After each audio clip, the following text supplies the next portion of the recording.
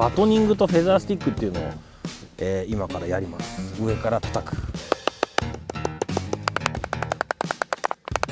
これをバトニングっていう言い方をします。フェザースティックをやります。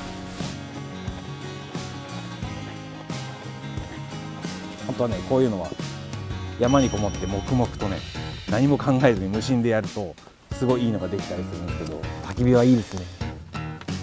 あったけー。